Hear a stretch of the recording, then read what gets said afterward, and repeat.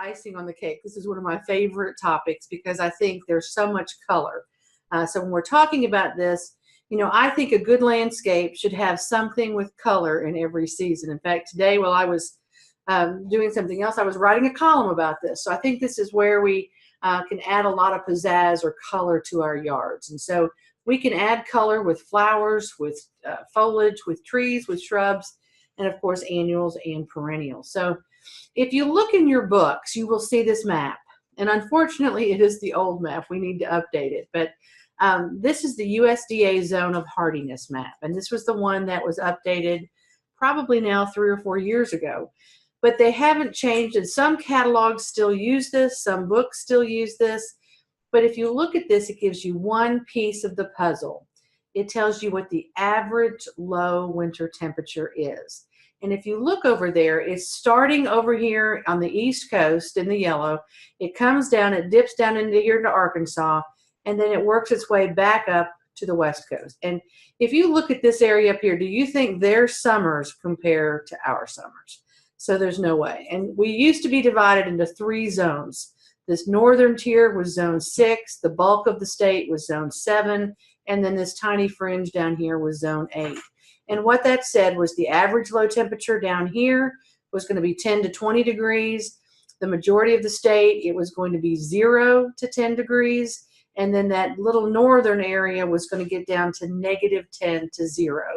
Now, if you think about it, in the last 15 years, there have been very few days where in central Arkansas, at least, we got down to 0. Now, I would say in the last 15 years, we only had probably 2 or 3 days where we were in the single digits, much less 0.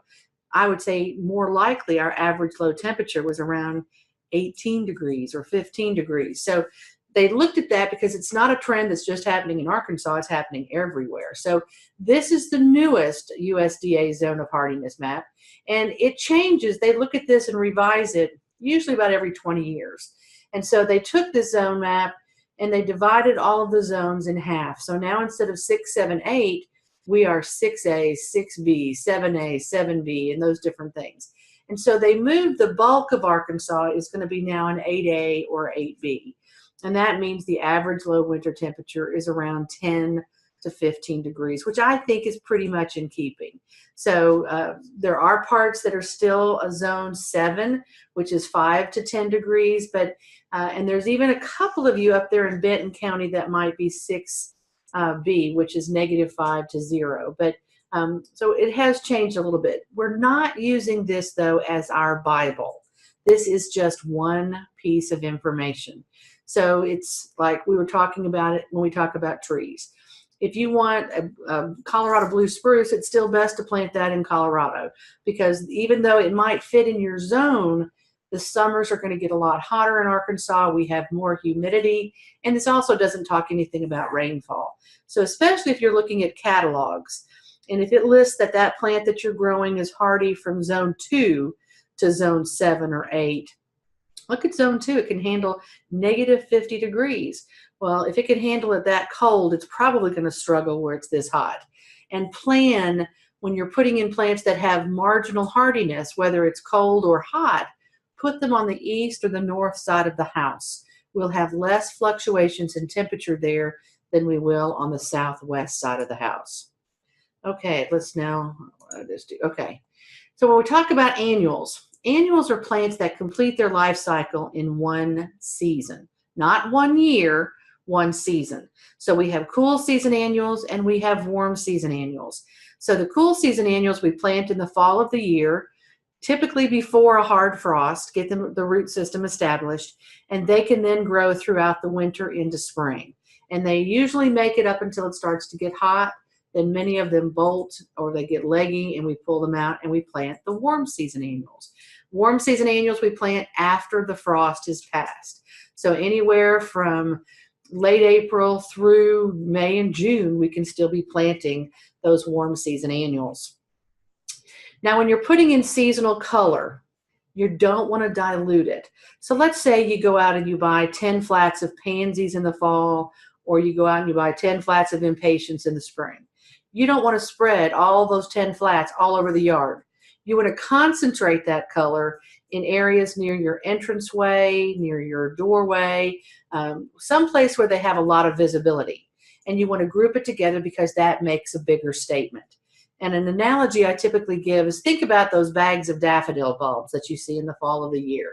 You know, you may buy 100 daffodil bulbs and you take them home and people plant them in a straight line across the front of their property. And when they bloom, you've got this one line of yellow flowers. And people drive by and they go, oh, look at those daffodils. But if you took those same 100 daffodils and you planted them in a big block of 100 or 2 blocks of 50, just kind of all thrown together, when they're in bloom, it's going to go, wow, look at those daffodils. It has a bigger statement. So concentrate the color in an area that it's going to make a bigger statement instead of diluting it. And you can see in this example, you've got shades of pinks and purples that all harmonize well together. And then some of that white there is Sweet Alyssum that is a lower annual that is kind of giving them a border to that planting. So all of those colors harmonize well together. It's better not to plant every color in the rainbow because sometimes that kind of gets a little bit too busy and we don't concentrate enough on looking at what's in bloom.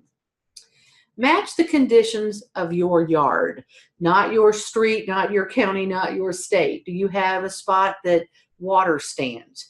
Do you have an area where the wind is whipping through? Know the difference between wet conditions, dry conditions, but also sun and shade. What kind of soil do you have? Do you need to amend that? And then group the plants together that need the same conditions. You don't want to put an azalea next to a cactus or one of them's not going to be happy. And if we can group all those plants together that need the same conditions, that makes your job a whole lot easier in maintaining them. And then do think seasonality, whether it's annuals or perennials. We want to make, or trees or shrubs for that matter, we want something with color or interest in every season.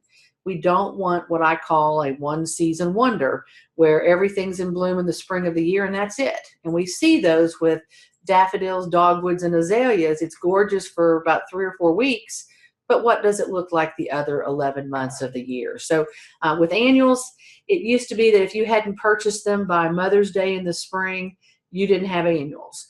Or if you didn't purchase them by October, you didn't have fall or winter annuals. And that's not the case anymore. We tend to have choices of seasonal color year-round now at our garden centers. So if an annual plant plays out, don't try to doctor it, spray it, whatever. Cut it back, fertilize, and let it bounce back. But if it doesn't, pull it and put in something else. It's just there for one season, and we don't have to worry about trying to have it come back for years and years. Should you use landscape fabric in an annual and perennial bed? The answer is no. We don't want to prevent those root systems from spreading out. We don't want to prevent the plants from spreading out. And some of our plants can reseed themselves. So if we have landscape fabric down, we're preventing that from happening. In my opinion, the only place that landscape fabric has a place in the garden is where we have a static landscape. And by static landscape, I mean we have a foundation planting of trees and shrubs, and that's it. We're never putting in any annuals or perennials or bulbs. So what we would do is as we start with that blank palette, we would till up the soil, amend it how we're going to amend it. We would lay this fabric down. We would and then we put an X in that fabric, pull the flaps back, plant our plants in there, let the flaps go back, and then put mulch on top, and we're done. Now, the only place I use landscape fabric in my yard is not around anything, trees, shrubs. I use it in walkways where I have pathways that I am making that are not permanently concreted. I'll put landscape fabric down. First, I'll put down cardboard, then some landscape fabric, and then mulch on top. And I'm trying to prevent weeds and grass from encroaching in those areas to cut down on my jobs, but I don't use it in my gardens where plants are growing. I do use a lot of mulch, and mulch, in my opinion, is one of the best things a gardener can do. And I think you've heard people say this for almost every topic because it works well with vegetables, with ornamentals, with trees and shrubs, with fruit trees. It doesn't matter. The only place it's not going to work is in a lawn. But mulch will conserve moisture. It moderates the soil temperature. It looks more attractive, and it does keep the weeds at bay. There's lots of choices available to you. I prefer in the ornamental bed something like a shredded hardwood, and I prefer brown or black in color. I don't like the red mulches or those artificial colored mulches. But in addition to mulching, we also need to weed early and often. There is no such thing as a weed-free garden. Maybe in space, but not in Arkansas. And then we have 2 seasons of weeds, just like we do 2 seasons of annuals. So we have winter weeds and we have summer weeds. We have annual weeds and we have perennial weeds. So knowing that terminology is really going to help you understand something about these plants. Now, the 2 weeds that you see in this picture, one of them, the hairy bittercress, they're both annuals. Hairy bittercress is actually a winter annual, and Chambers bitters is a summer annual. Now, we often say try to get to them before they bloom. And you can see this hairy bittercress is putting on flowers, and you can also notice these little cigar-shaped seed pods. Well, if we let it flower, pretty soon it's going to set seeds, and 1 year of seeds can be 1,000 years of weeds. So you really want to try to get to it before it does bloom and set seeds. Look over here at this Chambers bitters, and you don't see a single flower on it. So you think, well, I've done pretty good. It's not blooming, it's not setting seeds, but unfortunately that's not the case. If you turn that leaf over, underneath that midrib, that is where it's blooming and that is where it's setting seeds. And it starts doing that at a very young age. Now, Chambers bitters doesn't get started even growing in our gardens until usually May or even early June, until things really warm up. So try to get out there, and you know, people are asking all the time, what kind of herbicide can I use? We really don't recommend using a herbicide around flowers. Anything that's going to kill these broadleaf weeds is also going to kill those broadleaf flowers. So your best method of weed control is the Santa Claus method. Hoe, hoe, hoe. Get a straight edged hoe and cut it off at the surface and put your mulch on top. The reason I don't advocate the little tillers, and a lot of you have those, is that when we're tilling, we're doing a couple of things. One, if there's a lot of plants in that garden, you're chopping up the root system, because the roots of our annuals are very shallow, and our perennials. And for that matter, they're not too deep on our trees and shrubs. So we're chopping up roots by doing that. But also the weeds that are growing in your garden are coming from that top quarter inch of the soil, especially these annuals that are seed grown. You know, they come up from seed, they grow during the season of their choice, they bloom, they set seeds, and they die. So they always come back from the seeds. Perennial weeds come back not only from seeds, if they're allowed to bloom, but also from the root system. So if we're tilling, we're bringing more weed seeds to the surface, which can actually give you more of a weed problem than less.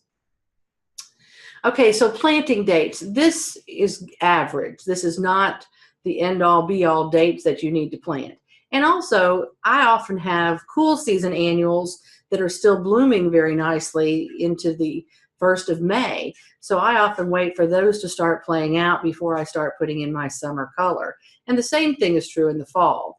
You know, I always have annuals that are still doing really well up until that killing frost. I gradually start pulling some out to make way for those cool season annuals. But typically in the southern part of the state, we can start planting by the 1st of April.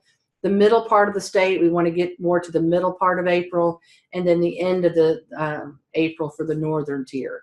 There have been some years when we were still having some really cool temperatures in May, and so you may even delay pruning up until late May or early June.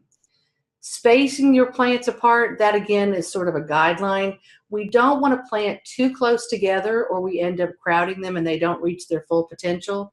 But likewise, if we plant them too far apart, they're not going to fill in and you're going to have more problems with weeds. Because if we can gauge the proper plant spacement for our plants, what we're going to see is that they're going to grow together and shade that soil. And if we can kind of cover up and prevent sunlight from coming through, that is actually going to cut down on some of our weed problems. So fertilization of this group of plants is the most important. We fertilize annuals constantly, and that keeps them flowering their best. Now, in my yard, I typically fertilize my annuals in the summer at least once a week, sometimes once every 2 weeks if I'm out of town. But these plants are only here for one season. And I'm not going to say that is true of all annuals, but things like petunias and impatiens, the more I fertilize, the better they flower. So read the tags that come with your plants, but fertilize this group of plants way more than you would perennial shrubs or trees. And then water needs are going to vary based on what you're growing, but we really can't grow plants in Arkansas without any water. And establishment time is more important than any time, but if we get into a really dry summer and you're not watering, these plants are not going to do their best either. Okay, let's talk about sun plants. And when we talk about sun or full sun, we're talking minimum of 6 hours of sunlight a day. Now, it doesn't have to be 6 hours back to back, but we do have to have a cumulative effect. So you may have 3 hours of sun early in the day and 3 hours late in the day, but if you have less than that and it's a full sun plant, you may not see as many flowers or it may not be as vigorous. Angelonia or summer snapdragon. This is a newer introduction, probably been on the market 20 years now, but we've been seeing a lot more of them in the last 4 to 5 years. It's called summer snapdragon, not because it's related to snapdragon, but because it has that same kind of growth habit. It grows on a spike.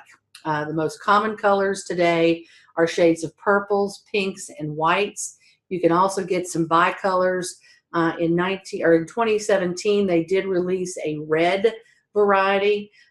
In my opinion, it was more of a hot pink red, but it wasn't a true deep red. But each year, you're going to find new varieties coming out with new colors. And they're always trying to improve upon the plants that we grow well. This plant, the hotter it gets, the better it grows. You can have flowers from frost until frost. Very few pest problems. So this is a good plant. And there's several varieties. So some are considered dwarfs, which get only about 8 to 10 inches tall. The standards can get up to 24 inches tall. Calibrachoa. Many people call this million bells. That's actually a series of Calibrachoa. A lot of other people think it's a miniature petunia because it looks like a petunia.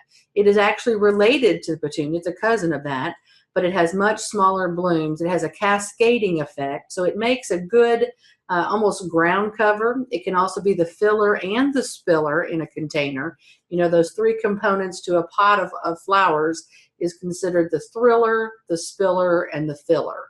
And the thriller is what stands upright. The filler is what fills the pot, and the spiller is what cascades down and kind of softens that container. Now, Calibrachoas can overwinter even in central Arkansas in a mild winter, but often they overwinter well in the southern part of the state. In the northern part of Arkansas, pretty much they're all going to be annuals for us. But they can also be grown as almost what we call a shoulder crop.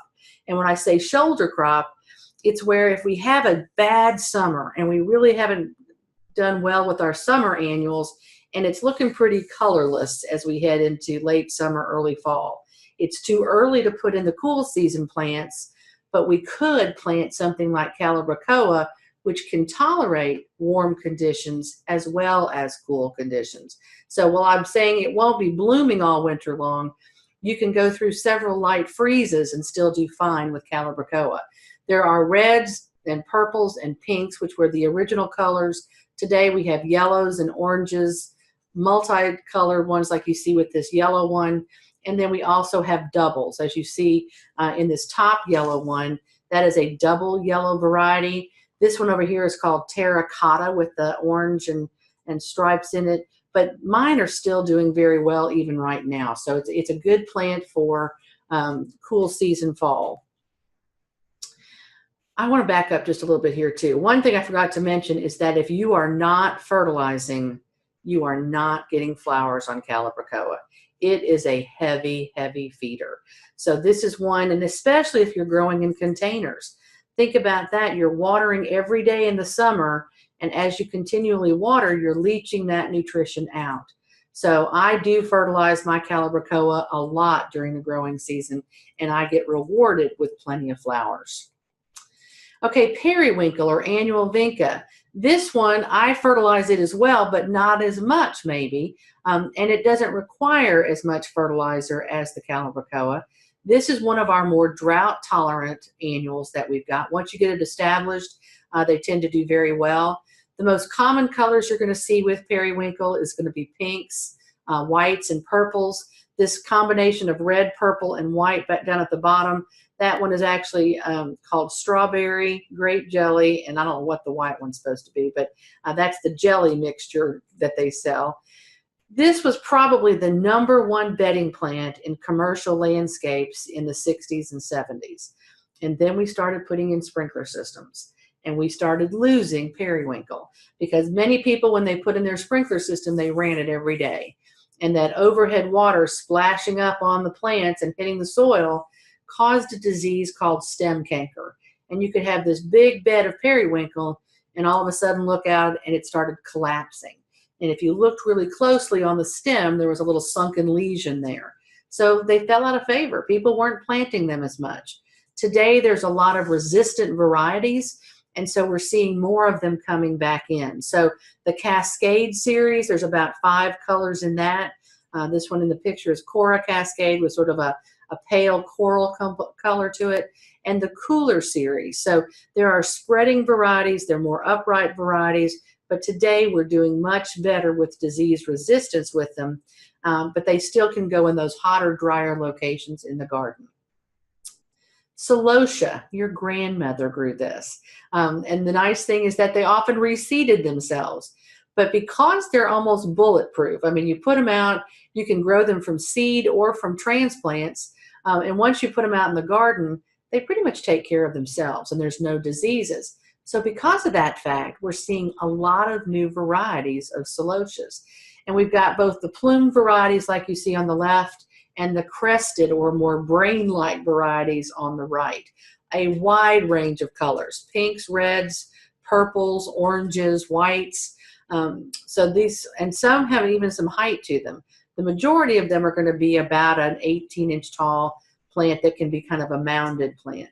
They do make a good cut flower. In fact, if you go to farmers markets and you buy a bouquet of cut flowers, you'll often find some celosia in that because they can stay in a vase of water for 2 weeks. The downside to that is they do shed seeds on your table. So you can spray them with some hairspray to kind of hold that in place as well. But these, again, are going to be more tolerant of drier conditions. They'll also do well without as much fertility. But I think if you do give them some good nutrition, they'll reward you pretty well with lots of flowers. This is a whole new series of Kufiyas. Now, you may not know that word, Kufiya, but you may have heard of Mexican heather, which is one of the original Kufiya bedding plants that we had in the garden. Look up there at that vermilion air. This is the new cigar or cigarette plant. If you remember the old cigarette plant, it had little tiny red flowers on it that looked like the embers on a cigarette. Well, this one is a stunner. Those flowers are a good 1.5 to 2 inches long, and that plant, the hotter it gets, the better it grows. Same thing with that bat face Kufiya down in the bottom left. In fact, if you could look really closely at that, the red part looks like the ears of a bat, the purple part looks like the face, and then the stamens sticking out look like the fangs. I saw some stunning varieties late in the summer. They would get up to be 3.5 to 4 feet in height and width, and both plants were covered with butterflies and bees. And I've seen hummingbirds on that vermilion air. So excellent plants. The hotter it gets, the better they do, and they have tolerated several light freezes. So they will stay in the garden until we have a killing frost, but they are definitely an annual. And then if you want something with a little bit larger flower to it, there's the Flamenco series, which you see down here, and also the Sriracha series. These flowers get to be about the size of a quarter. And again, the hotter it gets, the drier it gets, the better they flower. I've actually had this one reseed itself in a pitiful part of my garden, and I rarely get over there to fertilize or water. But as I mentioned with those larger plants at the end of the growing season, that didn't just happen by being stuck in the ground with no care. If they're given some care, some water and fertilization, they'll rebound and reward you with huge plants with lots and lots of flowers. Geraniums are not one of my favorites, and a lot of people love geraniums. In fact, they're very commonly sold in the spring of the year, and I typically buy 1 or 2 in the spring of the year. Again, I use them more as a shoulder plant. in the spring, maybe we're getting towards the end of the winter into spring, it's too soon for me to plant summer bedding plants, but I need a little pick-me-up for color, I'll stick a few geraniums out there because they like that cooler weather. But as we get hotter and hotter in the summer, the flowers on geraniums often get smaller and smaller. And while they are doing a lot of plant breeding and we are getting better varieties of geraniums for the South, I still compare what we grow in Arkansas to what is grown in Minnesota or Canada or Alaska, and they put ours to shame because they do like a little less heat and a little less humidity. But they still are an option, and this is one that can overwinter in your attic or your garage because they kind of get a little bit more woody stem to them than most of our bedding plants. Okay, the sweet potato vines. This is the ornamental sweet potato vine. It was actually discovered in an edible sweet potato production trial, and they will form a sweet potato. So if you're out cleaning up your garden in the fall of the year and you've got ornamental sweet potatoes and you start pulling them up and you find some big sweet potatoes underneath there, they're edible, they just don't taste good. And that's why they were sold as an ornamental instead of an edible. So you can save those sweet potatoes and store them and then use them to make the slips or the new plants for the next year. These are vigorous plants, so you've got to give them plenty of room to grow. You can see the lime green one there is called Marguerite or Margarita, and then the dark foliaged one is called Blackie. There are some newer varieties on the market that are more compact. So read the tag that is coming with your plants to know whether or not you're getting the compact or the vigorous. And if they are the vigorous, they're going to be vigorous. Give them plenty of room to grow. I have also noticed that some of these bigger leaf varieties, and you can see these have a much larger leaf where these have more of the cut leaf. We sometimes get an insect that puts these shot holes. It only seems to affect the big leaf varieties. We rarely see it on these narrow leaf varieties. But again, the hotter it gets, the better, but they will not tolerate freezes. Once we have a cold spell, they're gone. Lantanas. In fact, this is a very good example to talk about the designation of whether we call a plant an annual or a perennial. So if you look at lantana, if you live in South Arkansas, it's a perennial. It comes back every year. If you live in Central Arkansas, if it's a mild winter, they'll come back. If it's not a mild winter, we'll have to replant them. And I tend to be an impatient gardener, and so I tend to buy new ones anyway, because by the time they come back in my yard and start flowering, it's midsummer, and I want that instant gratification. So I'll usually put some more out. But then if you live in Florida, they're evergreen. They're blooming year-round. In fact, Texas has just added the lantana to their invasive plant list. So because there are plants down there, the old-fashioned ones that are not self-cleaning, that set seeds, and the seeds come up, plus they continue to spread and grow. So look at the tags. If you see this word self-cleaning, what that means is that they don't set seeds. Those plants grow, they bloom, and as soon as the flower is done, the spent flower falls off, and then the new flowers come on. So self-cleaning annuals and perennials are more free flowering than those that set seeds.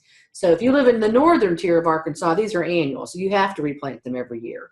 But if you're growing the old-fashioned varieties, you will need to deadhead.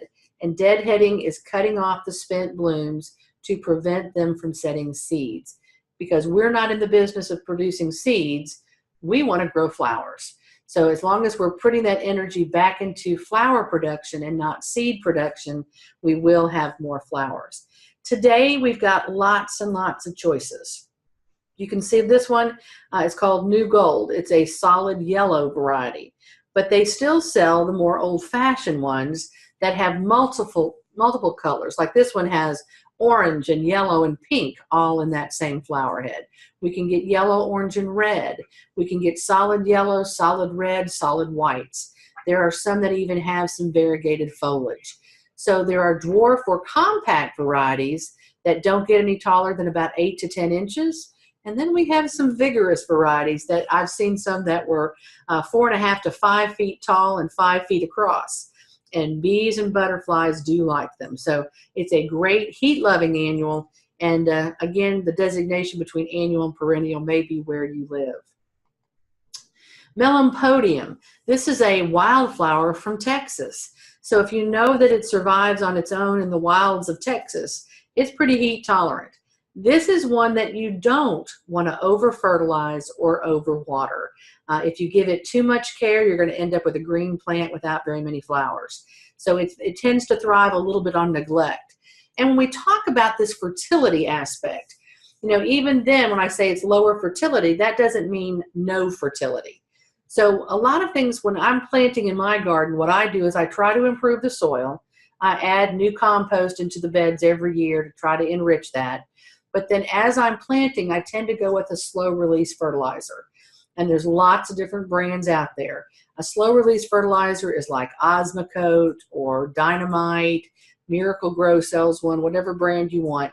But it's a rosinous bead that contains the fertilizer, and it's mixed into the soil. And it releases nutrition based on temperature and moisture. And it's a slow feed to the plants. You're rarely going to burn the plants using something like that. It's possible if you overdo it. But so I'll do that, but that is not all I rely on for the whole season. With Melampodium, I might fertilize once every month with a granular, more fast-acting fertilizer, but no more often than that.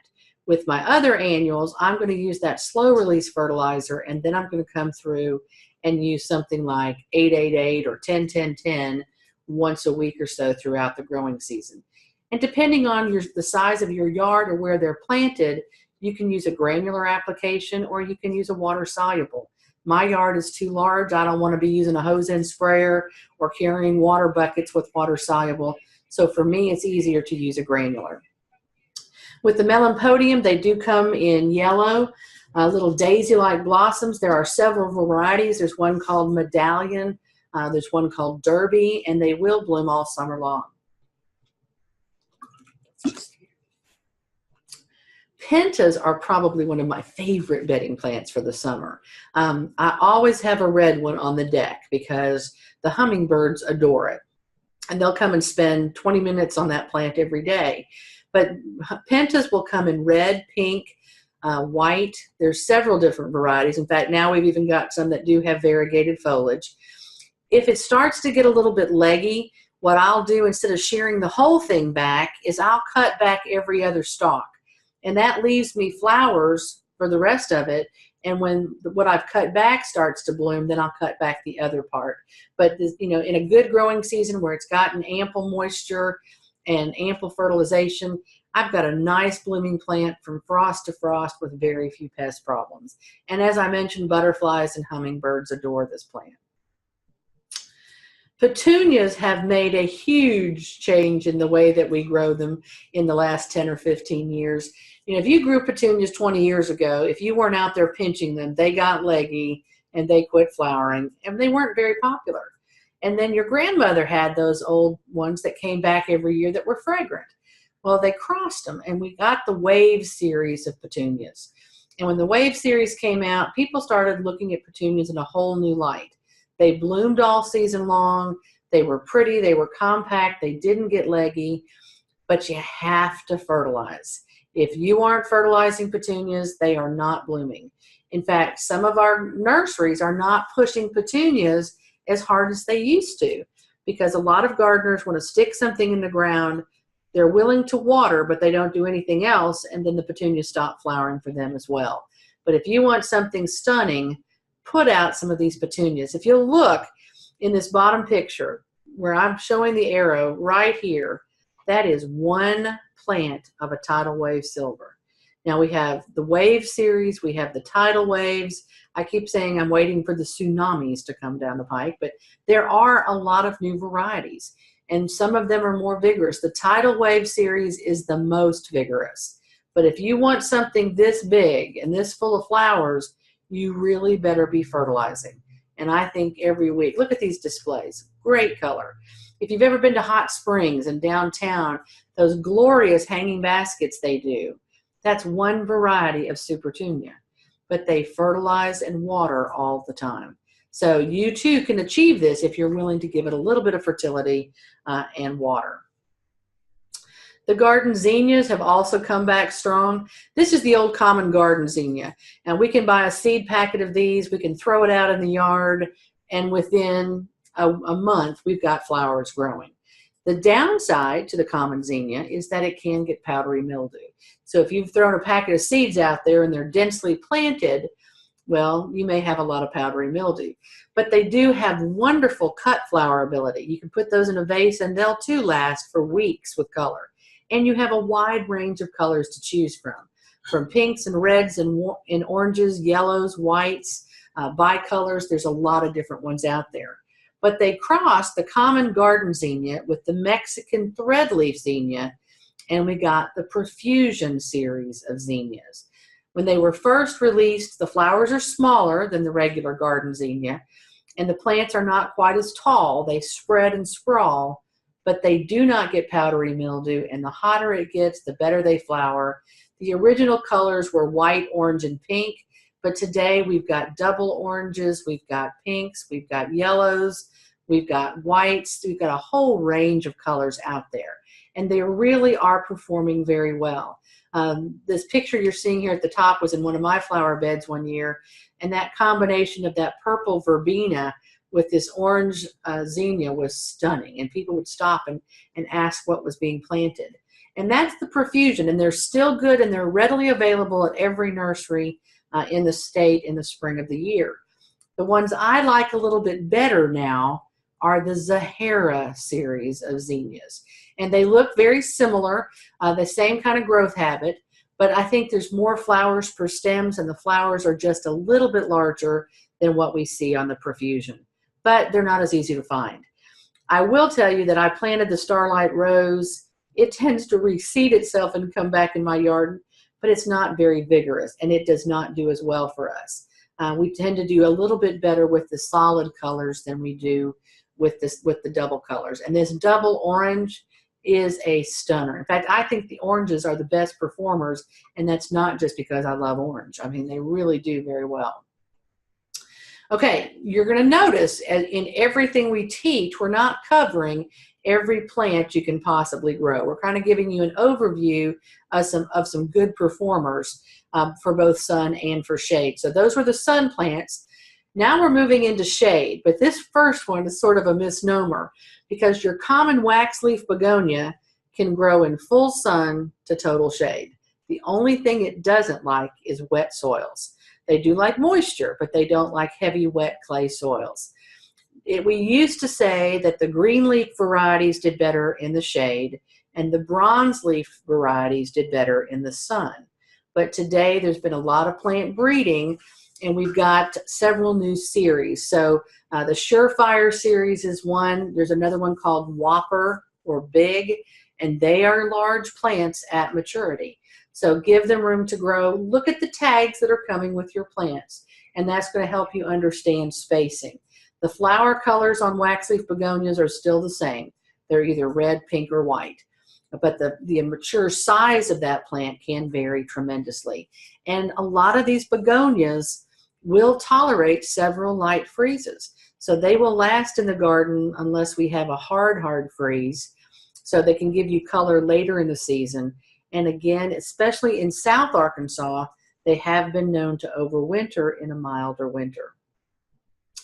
One of my favorites is the dragon wing begonia. And this is a large plant at maturity. Now, this is not for full sun, but it's also not for heavy shade.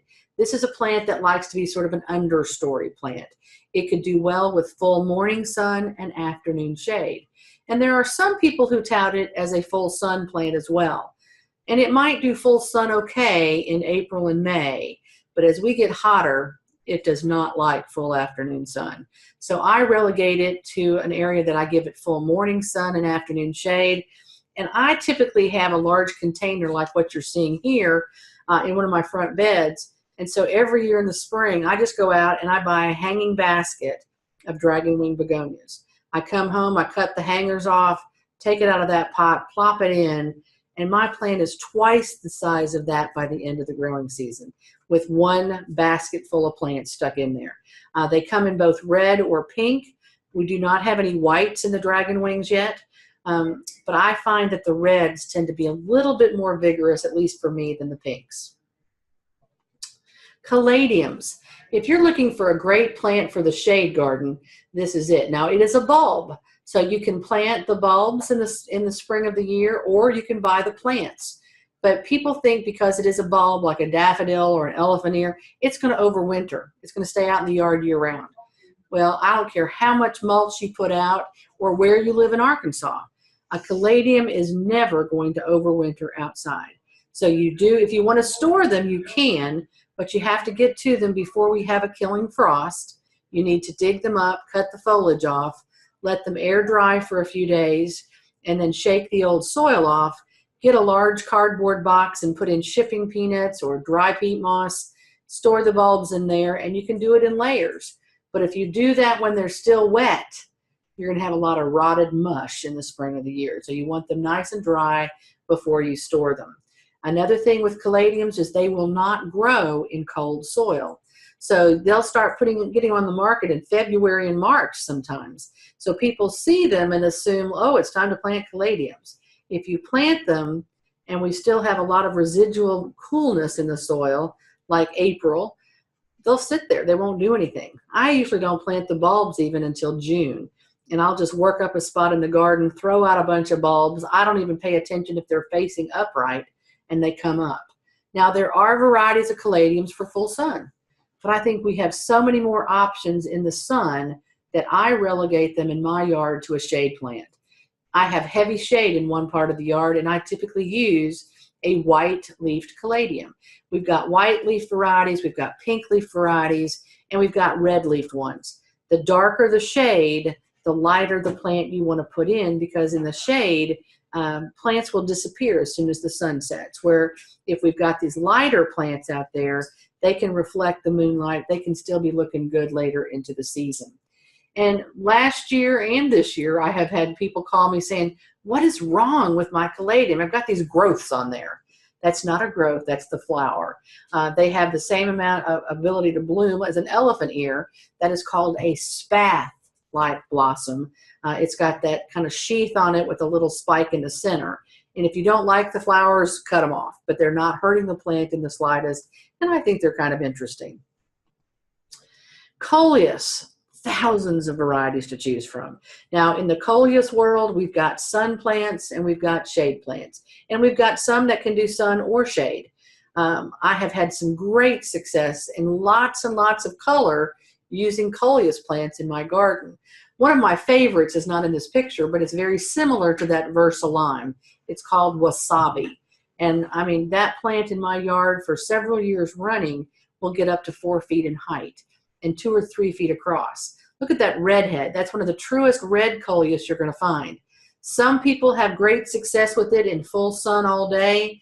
In my yard, I do better with a little bit of protection from the hottest afternoon sun, but it can go both ways.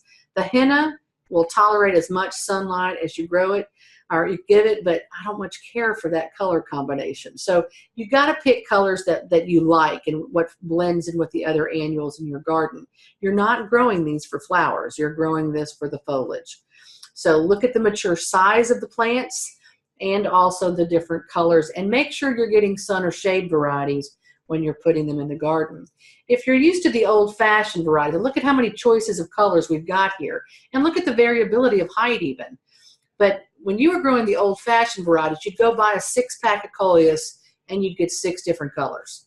And if you weren't pinching the center of that stem every week, they started to put on this little ugly purple flower and they didn't grow anymore. These newer varieties are day length specific. So they're short day plants, which means they don't initiate a flower until the day length gets shorter. Now, my wasabi never has bloomed, but some of them in the fall of the year will initiate that flower spike. I think it's an added bonus then in the fall of the year because the bees like the flowers and it's not impacting the growth of the plant overall. So try some of these. Now, as I mentioned, there's new varieties of coleus released every year. And so if you find a variety that is your absolute favorite, you may not be able to find it next year because how many coleus can one nursery carry? So you may want to take some cuttings in the fall of the year. if you've got a variety that you really, really want. And that way you can propagate that inside in the winter and then move that plant outside. You know, I do get questions every year in the fall of the year as we head into cold weather. Can I dig up those annuals and move them inside? And the answer is you can, but don't do it. You can take cuttings off of some of those, but most of those plants are really going to struggle indoors unless you have a greenhouse. If you're going to bring anything cuttings in even, I would say put them in the sunniest location in your house or get one of the new grow lights and leave that on for 10 to 12 hours a day. But also put it in one of the coolest rooms of your house, because most of our houses indoors in the winter are very dry. And so we don't have any humidity. The light intensity tends to be shorter and less. And so those plants struggle. Where if we put them in a cooler location, the lower humidity is not going to be as much of an issue as if we put them in a really hot location and then it's dry on top of that. Common impatiens are probably the #1 bedding plant still sold today for the shade garden. Lots and lots of colors to choose from. They are not drought tolerant plants. They like a lot of water. A well-drained site, but they do like a lot of water, and they like fertility. So you can put out, you can see these are the single colored flowers here on these two slides, and then this one is called the rose impatient or the double impatient. Each flower looks like a little individual rose. So many, many colors to choose from. No direct sunlight on these plants at all. The New Guinea hybrid impatiens were the first of the impatiens that were touted as sun-loving impatiens. And if you planted these out in full sun, they would survive as long as you stood next to them with a garden hose. They really dried out quickly and they did not do well. So I would relegate the New Guineas. They tolerate more sun than a common impatient, but I would still give them some protection from the absolute hot, full afternoon sun. But look at the foliage. You get attractive color in the foliage as well as larger blooms. So there's definitely room for these plants to grow in our gardens. But these are the true sun impatiens. These came out a few years ago, and they are vigorous and compact. They're not selling very many vigorous plants in garden centers. I trialed them one of the first years they were on the market, and mine got about 4.5 feet tall with stalks that were 1.5 inches across. So too vigorous in the garden. And so these compact ones are still pretty vigorous in my opinion. They get up to about 18 inches in height and width, and they will grow in full all-day sun with average water. You don't have to stand next to them with a garden hose. Lots of colors though, whites, pinks, reds, purples. So I have seen some very good results with them. In fact, this one was down at Garvin Gardens, and I thought it was doing very, very well. And this is the other series of impatiens that came out a few years ago. I would relegate these to where they got morning sun and afternoon shade or filtered sun throughout the day. Look at the shape of the bloom, a little bit more oblong in shape versus the round ones we typically see on an impatient. If you know the native jewel weed, this flower looks somewhat similar to that. That's actually an impatient. There's the frosted pink one up there, our peach one, that actually has frosted leaves. So you've got that little blush of white on the edge of the leaf as well as that beautiful peach colored blossom. So these can come in yellows, oranges, peaches, and pinks. So they're a nice addition, a little bit more upright in growth habit than the common impatient. And this is one that I use every year in my shade garden is Terenia or wishbone flower. They've done a lot of improvements on these. The original series that you can still find, but I don't use, are called the clown mixes, and that's what we see right here. The clown mix has pinks, purples, and whites all mixed together, but every flower sets a seed, and if you're not deadheading, then they're not flowering. These newer varieties like Gilded Grape, or this one is called Grapeolicious or White Veil, there's the Summer Breeze series. These are self-cleaning varieties. They hug the ground, they spread and grow, and mine bloom up until a killing frost. Now the reason the common name is wishbone flower, if you look at the center where the stamens are growing, and the stamens are the male part of the flowers, they merge together to form a little wishbone. So an excellent plant. And there are varieties for sun or shade, but I use them in addition to my common impatiens, and they just hug the ground. It's almost like an annual ground cover for me. And I get color from frost to frost with very little care. I do give them some fertility, I do give them some water, but no pest problems so far for me. Okay, now let's talk about some of the cool season annuals. Dianthus are kind of an interesting beast. They can be sold as annuals, perennials, or even biennials. A biennial is a plant that blooms the first season, sets seed, or no, it grows foliage the first season. The second season it blooms, it sets seeds, and it dies. But a lot of these, it depends on our summer and our winter. If we have a really cold, wet winter, they'll melt out. If we have a miserably hot, dry summer, they'll melt out. But if we have a milder season, they can bloom and rest and bloom and rest off and on throughout the year. So I plant some every year in the fall. I typically don't plant any in the spring, but there are shades of reds, pinks, purples, whites, or bicolors. The foliage tends to have a more bluish green cast to it, and they are fragrant. They're related to our common carnation. The ornamental kale and ornamental cabbage, I will tell you that I'm doing more edible landscaping now than I am the ornamental kale. I'll put edible kale or edible cabbage, and I think they're just as showy, and I can kind of have my cake and eat it too. But this is what we're looking at. It's got that nice rosette form. They can come in shades of pinks, purples, or whites. We do want to get those established before a hard freeze. You can see in this picture here, we have the cut leaf one, which is called the peacock kale, or we have the more solid one that people often think of as more the cabbage.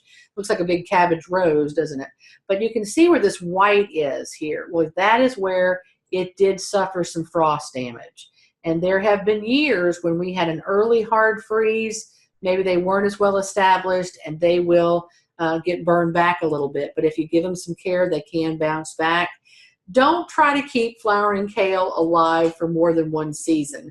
I had somebody write my column once and said, well, I got it to over summer, it's still growing. Well, it's a biennial by nature. So it's going to grow, and as soon as it starts to get hot, or if it goes through a lot of fluctuations in temperature, that center will start to elongate, and then it initiates flowers, and that's called bolting. And that signifies the end of the season. So when that starts to happen, you go ahead and just pull them and get ready to plant something else. Something else that I use a lot of is this giant red mustard. Now, the one that is being sold in Arkansas looks like this in the fall of the year. That's what it looks like at the end of the growing season. Is that not stunning? Now, it's a large plant. This was taken down at LSU in some plant trials, so I do think this one will be coming out very soon. Can you imagine this almost black foliage coupled with some white pansies in front of it? I mean, that would just be stunning. I am not a fan of mustard greens. I don't eat them. So I use it just as an ornamental. But if you like mustard greens, these cook up and eat just like any other mustard green. But if you're doing edible ornamentals, what you want to make sure of is when you're harvesting to eat, that you don't go out there like in your vegetable garden and just cut the whole thing off. I even have my vegetable gardens in full sun out in the front yard. So I'm pretty cautious even in the summer as I'm harvesting not to take everything off, that I'm a little bit more judicious in how I do that harvesting to make sure it's still looking attractive. Pansies, though, are still the #1 cool season bedding plant we have. And look at how many colors there are to choose from. I personally think we do better with violas. If you look at these pansies, the ones that have the little blotches on the center is called a face. If they don't have the blotch, they're just a solid color. They're called clears. But don't plant pansies too early.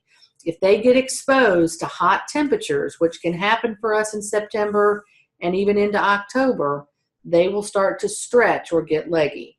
And for that reason, in the spring of the year, if it gets to be a hot early spring, they get leggy pretty quick. They need fertility just like other bedding plants, but I don't fertilize as often. You know, in any winter in Arkansas, we're going to have fluctuations, mild days and cold days. When we're having a milder day, add a little extra fertility to those and they will bloom better. Violas tend to take the heat better. They tend to go through the extremes of temperatures without turning leggy as quickly as our pansies. So in my opinion, therefore, I think they're better because we can plant them earlier in the fall and they'll last later into the spring. And people say, but the flowers are smaller, but there's more of them. And they're fragrant as well. So both the pansies and the violas are edible. Well, now they've crossed the pansy and the viola, and we have panolas. So panolas are a little bit larger than a viola, a little bit smaller than a pansy. And you can see in this garden, this was my garden one year in the spring, and I have violas, panolas, and pansies. The hostas are coming up there, and I'm using edible purple cabbage in that garden for some accent as well. So I think that's just as attractive as that ornamental cabbage. Snapdragons, we're getting a whole lot better with snapdragons than we used to. In fact, I'm originally from St. Louis, and we planted these in the spring of the year, and they over-summered for us. But in the heat of Arkansas summers, they used to play out. Today, we've got some varieties that are actually making it in the summer. Now, I have some that get more shade in the summer because they're underneath deciduous trees. So they bloom for me really well in the fall, and then again in late winter, early spring. And then they bloom off and on even in the summer because they're getting a little bit of protection from that hottest afternoon sun. So if you haven't tried them, give snapdragons another try. There's lots of colors to choose from. There are compact varieties and there are taller ones. Swiss chard, I grow this year round now, but we do sell it more or push it more in the fall of the year. The petiole or the stem of the Swiss chard is what makes this so showy. The common Swiss chard that we plant in our vegetable gardens can have red stems, but there's also a green stem variety. But we've got things like bright lights, and there the petioles can range from hot pink to bright orange to yellow to pure white. They're just outstanding. I also have one that's called candy cane that has pink and white stripes. It is totally edible and very nutritious. So I eat the stems and the leaves on this. It's in the same family as beets. And as we head into the winter, as you're harvesting it, just cut off a few leaves. If you'll look at the base of that plant, it gets kind of woody, you know, and I've had it where if the temperatures are getting much below 28 degrees, I cover it just to protect it. A couple of times I've been out of town and missed it, and if it got frozen back, it still sprouted back from that woody base. So give it a try if you have not done so. It is a wonderful edible ornamental. And it's getting a lot easier to find these days as well. Okay, now moving into perennials. You know, I think both annuals and perennials are just fabulous ways to add color into our landscapes. With perennials, though, when that market started shifting, and I would say back in the 70s, we started seeing more interest in perennials. As we moved into the 80s, it really took off. Think back to the garden centers 25, 35 years ago. You could find hostas, you could find daylilies, you could find peonies, a few ferns, and a handful. You may have found some coneflowers or black-eyed Susans, but that was about it, or irises. Today, go to a garden center or a nursery, and you have hundreds of options of perennials. A lot of people thought when they first heard about perennials as flowers and color in their garden, they thought they were just a little bit more expensive than an annual. Let's buy those. They'll come back every year, and I don't have to do anything to them. Well, two things are wrong with that scenario. One is they don't bloom as long a season as an annual. You know, an annual is there for a finite period of time, and while they're there, they should be blooming. Perennials have a season of bloom. Think about bearded iris. They're in your garden 24/7, but they bloom for 2 to 3 weeks out of the year. So we have a finite period of bloom on a perennial. Some of them can bloom up to 4 or 5 months, like those coneflowers, and some of those can bloom for 2 or 3 weeks. So it all depends. So when you're choosing perennials for the garden, you don't want to choose things that bloom all at the same time. We have a long enough growing season in Arkansas that we should have flowers in our garden spring, summer, fall, and even winter. Most of our perennials are also not evergreen. There are going to be a few that are, and I'm going to talk about that. Most of them, though, have that season of dormancy. They're going to die back. And that definition of a perennial is a plant that comes back for more than 1 year. We sure hope our trees and shrubs come back for more than 1 year, but those tend to be woody plants. They have a woody stem. Most of the things that we sell as perennials are herbaceous or non-woody. And so that's what we're talking about when we talk about perennials. Now, some keys to perennial success. Drainage is good for anything, unless you're growing a bottom garden. Excuse me. Drainage is something that you want to check before you plant. And if you're having problems in a bed every time that you plant something, it dies, check that drainage. And winter drainage is more critical than summer drainage. So if our plants are sitting there and getting a lot more water in the winter, it's colder and they're not using as much water, they can rot. Try to plant things together that need the same amount of water and sunlight and nutrition, and that's going to make for a happier garden as well. Most of our plants perform best with that pH of around 6 to 6.5, so slightly acidic. And here's where you again need to know something about what you're growing. You can see this picture in this garden. Everything has a space in the garden, but it also has room to expand a little bit. If we plant things too close together, they're not going to perform to the best of their ability. And if we plant things too far apart, that can also be a loss of space in the garden. So we're giving a kind of a guideline here of 2-foot center. And what that means is that here's a crown, we measure over 2 feet, and here's another crown. And that allows things to grow. But let's even talk about hostas, that one plant you see in the middle here. With hostas, we have what's called a teacup or a miniature hosta. The entire plant at maturity fits in the saucer of a teacup. If we planted that thing 2 feet apart, that's way too much space for it. But then we have something called sum and substance. Each leaf is huge, and the plant at maturity can be 4.5 to 5 feet across. If we planted that at a 2-foot center, it's too close together. So know something about what you're planting. Do your homework, read the tags, and then try to, if they get too crowded, thin them out as we grow. Don't plant your plants too deep. We want that crown where the tops are going up and the roots are going down to be at the soil surface or slightly above. If we bury that too deep, the plants are not going to perform as well. And then most of our perennials need to be divided when they get too crowded. Now, there are some perennials, things like peonies and hellebores and bleeding hearts, that we don't ever have to divide. We can plant them and leave them be for the rest of their lives and they'd be happy.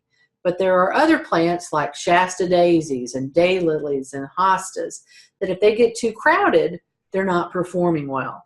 So if you have a daylily, for instance, and it's planted in full sun and it's not flowering, it's too crowded. So most of our perennials need to be divided about every 3 to 5 years. And so the time to divide those is based on the season of bloom. If your plants bloom in the spring, you dig and divide them in the fall. If they bloom in the fall, you dig and divide them in the spring. And if they do their thing in the summer, your hostas, your daylilies, your coneflowers, your anything that blooms in the summer, you do those either as they're going dormant in the fall or as they're emerging in the spring. So you have a choice. Now, is that to say that if you do it at the wrong season, it's going to die? No, it's just the optimum time. You know, I have some hostas on my deck, and occasionally friends will come over and say, you know, I could use a few more hostas. Well, what I'll do is I just take that plant out of the pot and I take a serrated bread knife. I keep a serrated bread knife in my garden kit. And when I'm out there, that's the best way that I can divide something. It cuts through that root system like butter. You're not trying to save every root. You're trying to make a nice, clean cut. Now, remember the definition of a crown is where the roots go down and the leaves come up. In a lot of plants, the crown will have sort of a rosette effect. Think about your hostas. They come up. So if I have a pot of hostas in a 1 gallon or 5 gallon container, I might have 30 crowns in there, 30 separate plants growing together. When I divide that, I don't want to have 30 new plants. That is over division. It's not going to give you a healthy, happy plant. You want to leave at least 2 to 3 to 5 crowns per division. And that's going to end up giving you more to look at. Now, so when I'm sharing these plants, sometimes it's in the middle of summer. And I'll take that knife and I'll just shave off on the sides of the plant 3 crowns in a row together. And I'll shear it off on all 4 sides. Share that with my friends. They take them home, they plant them. They're happy and healthy as long as they're watered and in the shade. And then I put my plant back in that same pot with a little extra soil, and you really can't tell I've done anything to it. Sometimes when I'm dividing, if it's something like a Shasta daisy or an artemisia, the center of that plant is starting to get woodier and older and less productive. So I will throw away the mother plant and use the daughter plants to replant. So look at the plants you don't need to save every single plant you're dividing or replant in your yard. That's where you share with friends, or you pot them up and use it for your Master Gardener plant sale. Okay, some maintenance techniques. There's a great example right there of what deadheading is. Deadheading is removing the spent flower. Now, in the case of hostas, we don't worry about deadheading. They bloom once a year. They can have seed heads on them. If you want to let them grow from seed, you can let them mature. When they finish flowering, if they don't look good, you can cut those off. But if you're growing something like this cone flower, or you're growing something like a blanket flower, every flower sets a seed, and if you're not cutting that seed head off or that flower head off, you've got a bunch of seeds. Now, the late Carl Hunter was our wildflower guru in Arkansas, and he wanted every flower to set a seed because his goal in life was to populate Arkansas in wildflowers. In my yard, I want flowers all summer. And in the fall of the year, I'll go ahead and let it set seeds, and that can reseed in the garden, or I can share those seeds with friends, or it might be a source of seeds for the birds to eat. But I deadhead. Now, I'm often asked, when you're deadheading, where do you cut that spent flower off?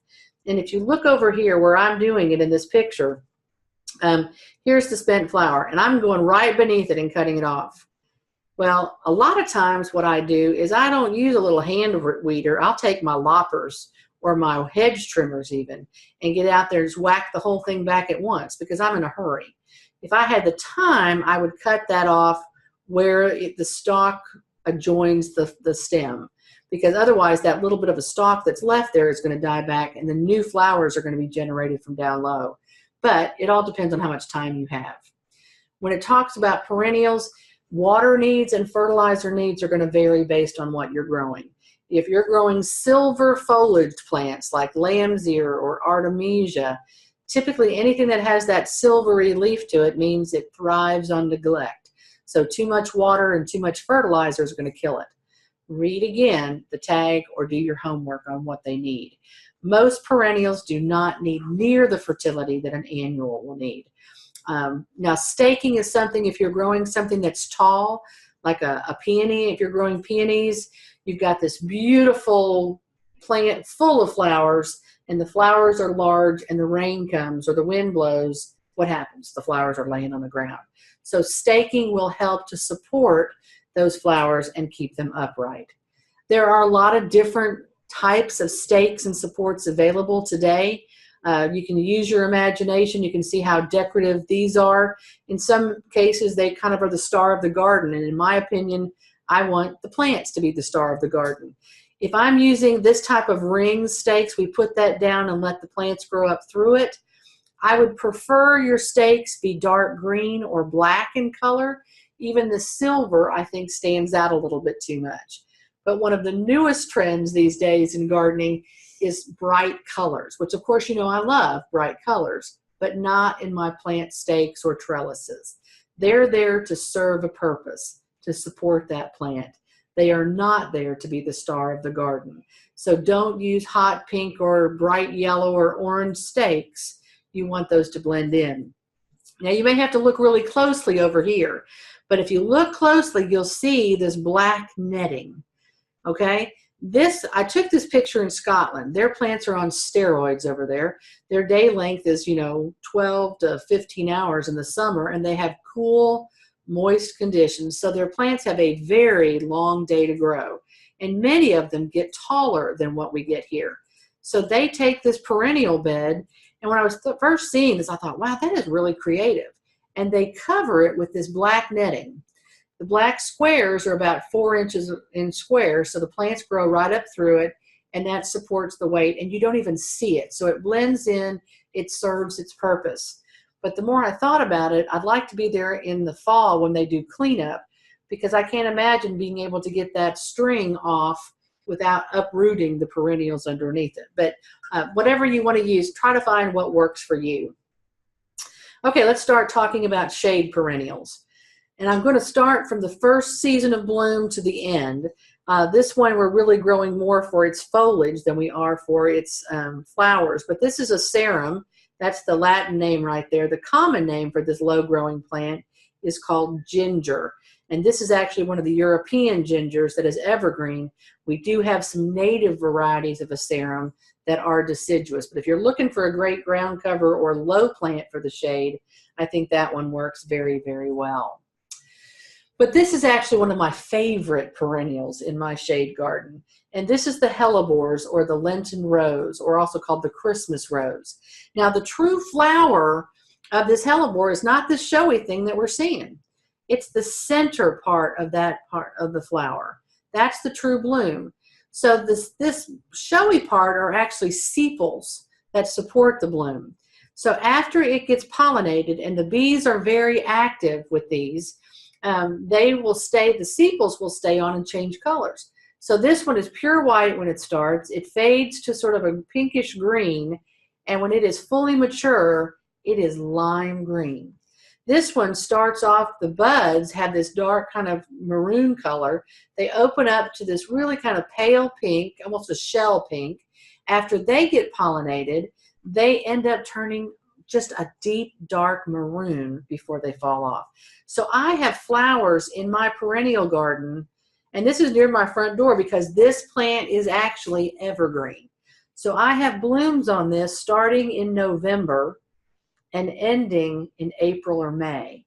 That is a long series of blooms, and it's in a part of the year that I need extra color. Now, these are the old-fashioned hellebores, and they're still sold, but more of these newer varieties are sold than these. Look at the flowers. They're still beautiful, but you can't see their faces. The flowers hang down. The newer varieties, the flowers are upright, and there's a lot of good ones out there. If you have a problem with deer, these plants are resistant because they're poisonous, so the deer leave them alone.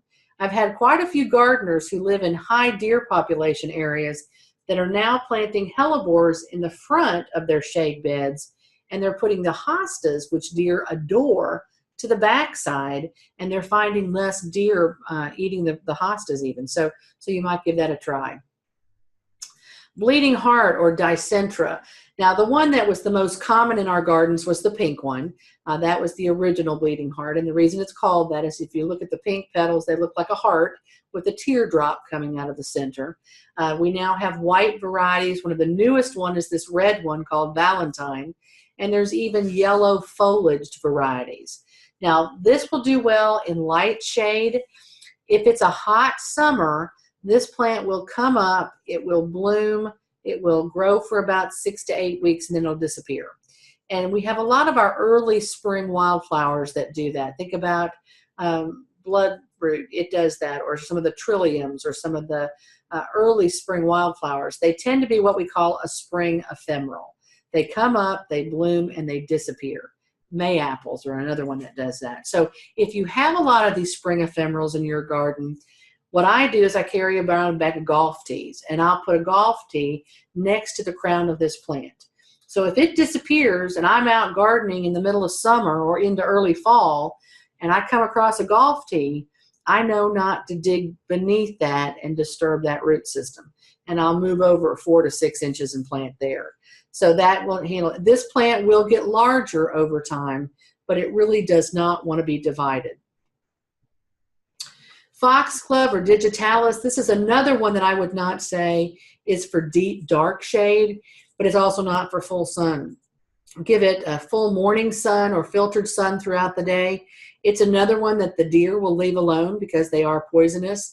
The flowers start at the bottom and work their way up. It is not one of the longest lived perennials in our garden, but it will bloom. It will, if you'll cut off that main set of flowers, or that main stalk, after it's finished, it will put up 2 lateral seedlings. Let those flowers come up and bloom, and let those set seeds, because they can drop the seed and it can reseed itself as well. Ferns, there are so many great choices of ferns. Now, we've got varieties that get no taller than 8 inches, and we've got varieties that can get almost 6 feet tall. Know what you're planting. You know, a lot of people think that ferns have to have a lot of water. Who waters them out in the woods? As long as you can get them well established, give them a happy root system to grow in, they can pretty much take care of themselves. Now, we have some varieties that are evergreen, and those are the ones that I tend to plant because I want something in that garden year round. But we also have some that are deciduous and will die back. And you see right here the little fronds as they're coming up. That's how they look in the spring of the year, so that can be pretty showy as well. They don't do that well in containers. I think they're better in the ground. The #1 selling fern today, I think, is still this Japanese painted fern, which of course is not native, but it does have that variegated look to the foliage. It's got shades of silver, green, and sometimes purple. The holly fern and the autumn fern are both evergreen ferns. I really like the autumn fern. I have that in my garden. It grows very well, and it does keep its foliage year round. The new growth as it comes up tends to have that bronze kind of color to it, which is why it's called the autumn fern. Heuchera or coral bells. There's a wide array of colors to choose from. Look in both of these pictures, you see how many choices there are. They are a great perennial for the shade. They're a good companion plant for hostas. They are evergreen, so they will keep their foliage 24/7. Now, that's not to say they look fantastic 24/7. You know, there will be some times right before growth begins in February or early March where you may want to give them a haircut to kind of freshen things up after a full year of growing.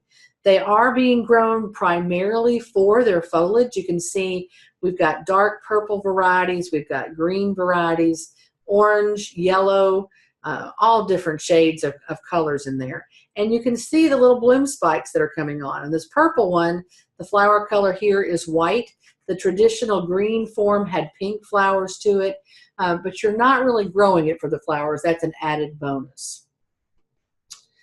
You do need, there's a lot of different species. Remember, all plants have that Latin name, Heuchera villosa. You want to make sure if you're ordering on catalogs that that is in the parentage, because that's part of our native Heuchera, and that means it will tolerate the heat and humidity of the south. So again, look at the color variations. The celandine poppy or the woodland poppy, this is a native perennial for us. This is one that I don't divide, and I also don't deadhead this one because it goes from that bright open flower to a seed pod very, very quickly. So you can see here's the bloom and there's the seed pod forming. That seed pod, once it completely matures, will dry open and pop out the seeds. And you can eventually have a little colony of woodland poppies going on. So when you first plant it, it's probably going to bloom for you about 3 or 4 weeks in the spring. But I have had gardeners that have had it multiply and spread in their yard. And I know of one that would have flowers in her garden from April through October. So it's an easy care plant for the shade garden, light shade to heavy shade. Hostas are probably the #1 shade perennial we have. These are not going to be tolerant of drought, and they do like nutrition. So I would suggest you fertilize your hostas 2 or 3 times during the growing season. Let the foliage fully come on in the spring of the year. When all the leaves are there, I would fertilize. And then about 6 to 8 weeks later, fertilize again. And then 6 weeks later, fertilize again. And keep them watered. They are a favorite of deer. So if you live in a heavy deer infested area, probably wouldn't plant them because you'll be fighting those deer all the time. The other major pest problem we have with hostas are slugs. And we've had a couple of good seasons of slugs. When we have a cool, wet spring, we have a lot more slugs. So there's a couple of things you can do. One is you can mulch the garden with sweet gum balls or pine cones. That's anything that's sharp and spiny, they won't cross over. You can also use some of the slug baits. There are some that are organic that you can use that are safe to use around pets.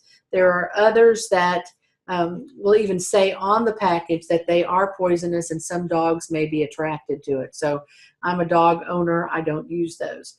And then you can use beer traps. You know, beer traps, the way that you do it is you get a little can, and I've got friends that use their cat food cans, and they take that and they fill it with beer. Slugs are attracted to the yeast in the beer, and they get in there, and I always say they die happy. But you don't want to put those traps of beer right next to your prize hosta, or you're basically throwing a party. You're saying, come have a drink of beer and go eat some slug and eat some hostas. So what you want to do, if you're starting to see problems with slugs, put it about 6 inches away from your hostas. As you fill that can up with slugs, throw it away, put fresh beer in, move it a few inches further. And each time you fill that container with fresh beer, you're moving it further away from the plants they're feeding on. And then pretty soon you have it at your neighbor's yard and you're done with slugs. So worry about those when you see them and control it. They're not hard to do. Look at the variability here with hostas. We've got, these are those dwarf or teacup hostas, and you see how tiny they are. And here is a very young sum and substance. And I have gardeners that will get a plant like this and they'll go, well, when is it going to be that big? And the answer is never. Genetics are not in their favor. So know the mature size. This is considered a green. This could be a green or a yellow. You can see it's a little bit lighter color of green. There we have a variegated one. And there are thousands to choose from. Hostas are not evergreen. They are going to die back in the winter. The flowers can have these little purple spikes to them, which sometimes they're upright and showy. Sometimes they flop over. I have several that have these beautiful white blooms, and not only are they large and showy, but they're actually fragrant. And I have that one in the pot on the deck that it actually blooms 2 or 3 times during the summer. So I'm growing it not just for its foliage, but also for its flowers. You can see this yellow one down here also has a center with more of a bluish green kind of cast to it. The blue hostas are a little bit more difficult for us to grow, at least in the southern part of the state. They can struggle a little bit more when we go with high heat and humidity. If you're growing hostas, remember they do like fertility and they do like water. If you're not fertilizing or watering, the plants are going to get smaller and smaller over time, and pretty soon they will play out. The Solomon seal, our native one, is green. I like the variegated one a little bit better. This is one of those plants that definitely the first year it sleeps, the second year it creeps, and the third year it leaps. These really do take off slowly. But what they're doing in those preceding 2 years is they're putting on a root system. This is one of the most drought tolerant and heat tolerant perennials we could put in the garden. The flowers are born underneath that stalk of foliage, and they have a little white teardrop bloom that comes down. Polygonatum is the genus, and there's a lot of new different varieties now. There's actually a ground cover. I have one that's evergreen. So look into some of these. They're very tough perennials, and they really do well in the shade garden. And I've seen some good yellow fall foliage even on the leaves before they die back. The perennial begonias have room for it to grow because it can be a little bit aggressive, especially if it's planted in good soil with moist conditions. Now, if you've got dry shade, it's going to be a lot better behaved. But I like this plant for the shade garden. It has that sort of angel wing kind of leaf to it, so the larger foliage. But this one starts blooming for us in late summer into early fall. The back sides of the leaves are actually red in color. So when they blow in the breeze, you actually have some differentiation in color there as well. But look at those clusters of pink flowers. And this is a long-lived perennial in the shade garden. The toad lilies, there are 2 basic forms. And you know, I love the toad lily. I think it's an interesting flower. Look at the definition of color and texture and form of that bloom.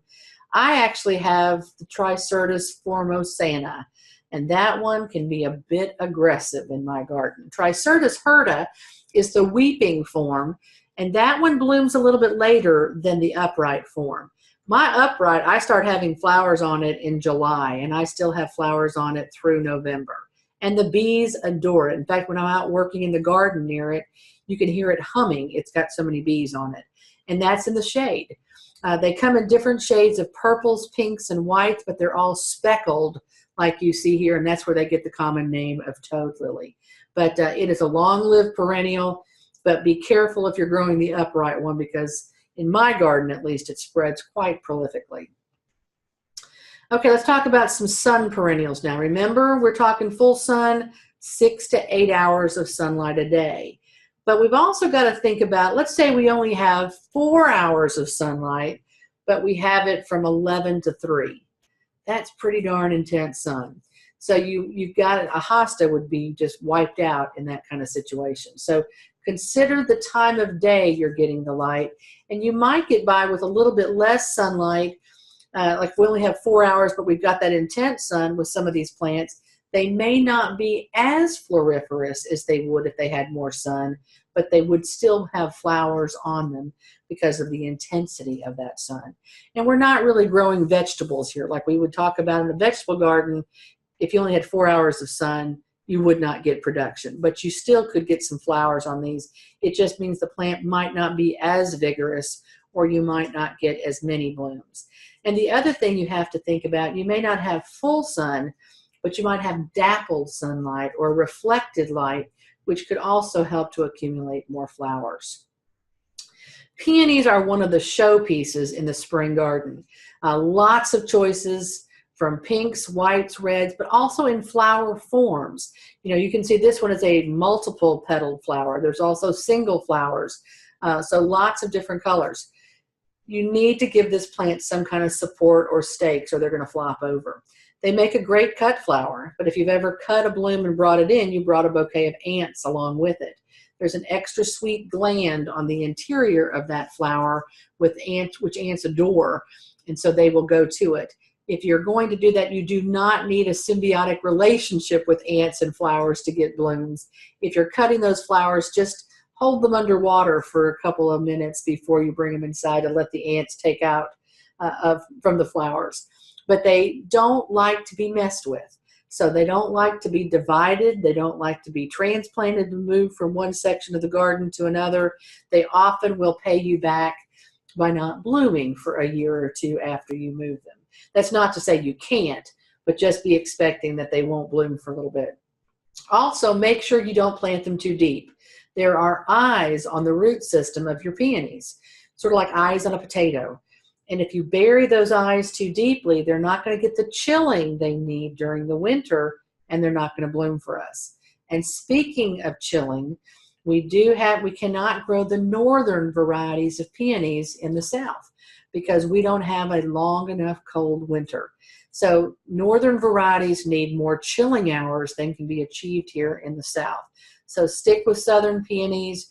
They can live for 100 years. Plant them in the right location and give them plenty of sunlight, good soil, and they will be something that you can have in your garden for years to come. In fact, this is one plant that I do know that a lot of families use as a pass-along plant.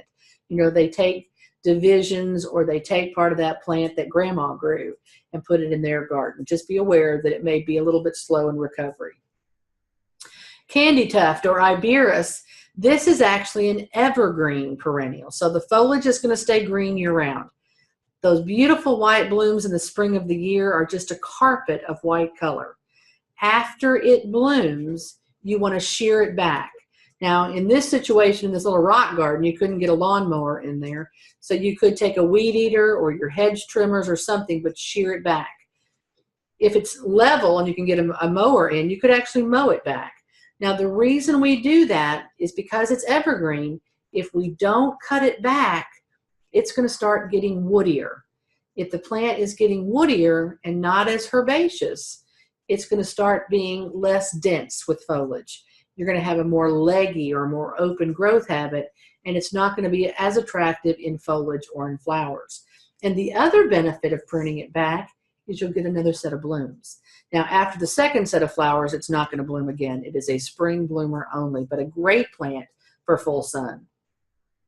Another living ground cover here is the Homestead Purple Verbena. Now, I could ask you how long you've had it in your garden, and answers may vary from 2 years to 7 years. But we typically don't see it coming back solid. This right here is 3 plants. There's one, here's another one, and here's another one. And you can see how it spreads out. And it can bloom off and on, starting in the spring, going through the fall. So it can bloom for months. But typically after a winter, you're not going to have it come back solid. You're going to have patches that die out. So we have to thicken it up. They're always working on new varieties of perennial verbenas. And so far, no one has been able to top the Homestead Purple. You can see some apricot colored ones. There's a red one. I did pretty well with one, a pale purple one called Biloxi Blue, and it lived for me for several years. But a lot of the other verbenas that are on the market are really sold as annuals for us. But this one is a true perennial.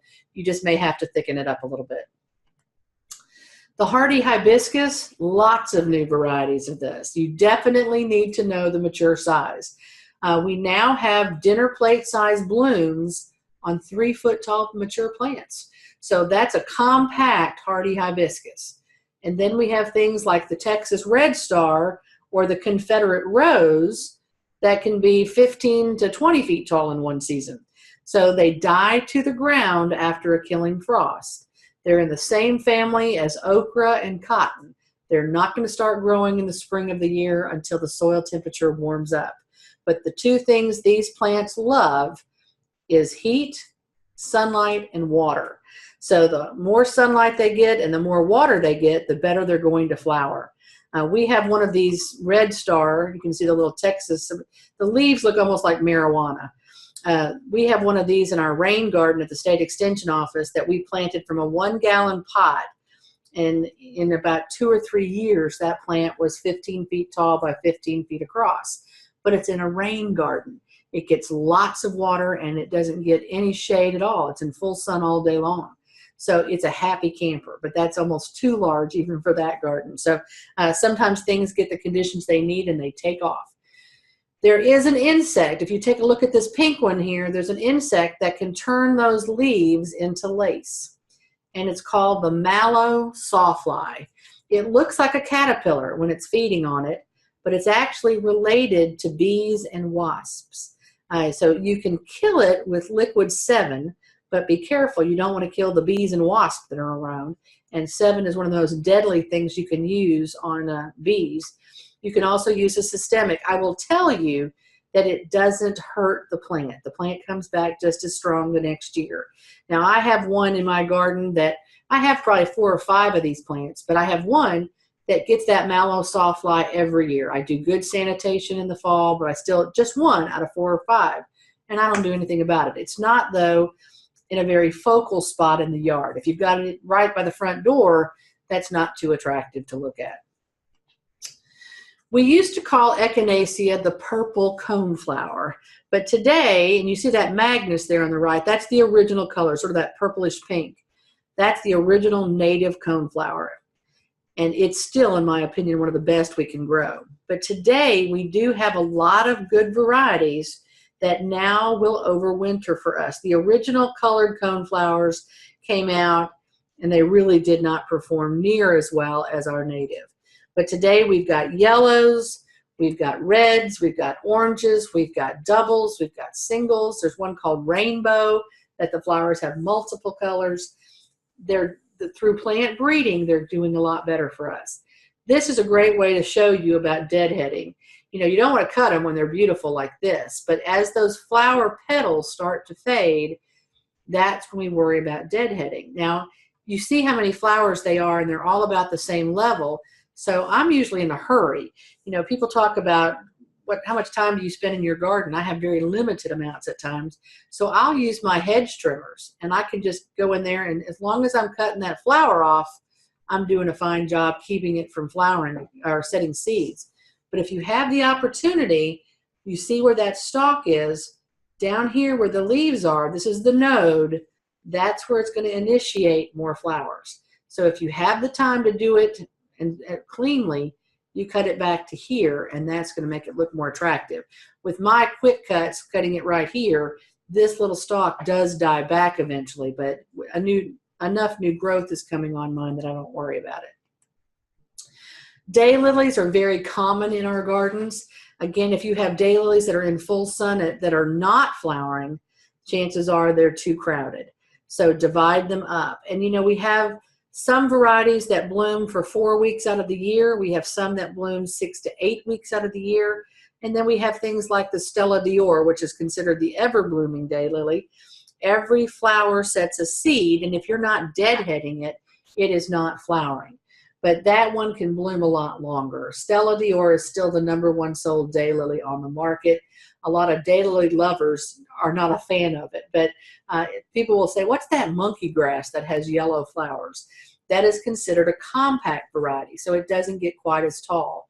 So we have compacts and we have vigorous, and there are some very large daylilies. So we have a lot of people who are very involved in daylilies in Arkansas. We have several daylily societies.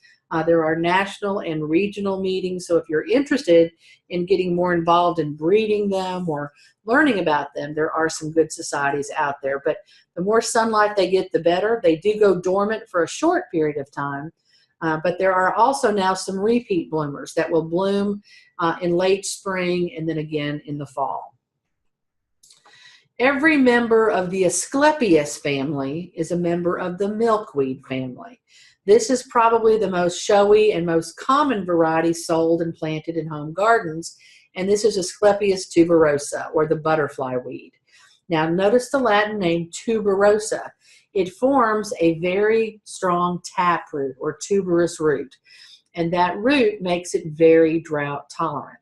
But it also means you can't dig it up and divide it or move it around. So if you've got some milkweed in your yard and you want some new plants, save those seeds in the fall of the year and plant seeds in October. Or as you see seedlings coming up in the spring, move the young plants before they have firmly put that taproot down. This one is also very commonly sold at nurseries and garden centers in the spring of the year. Orange by far is the most common of our native colors. Today we can find yellow varieties and even some pink varieties. There's also a tropical milkweed. Tropical means it's not going to overwinter in Arkansas outside. I have both in my yard, and the tropical one reseeds itself, so I have it coming back every year. And it blooms up until a killing frost. Now you'll hear some butterfly experts that will say it's not as beneficial to the monarchs as the native one, and then you'll hear some that say it's better. So the jury is out, but the key thing is to plant milkweeds. You know, everybody's really interested in having butterflies coming to their gardens, and we hear more and more about the monarch. Well, you know, for years now, the monarch butterfly has been deteriorating in numbers.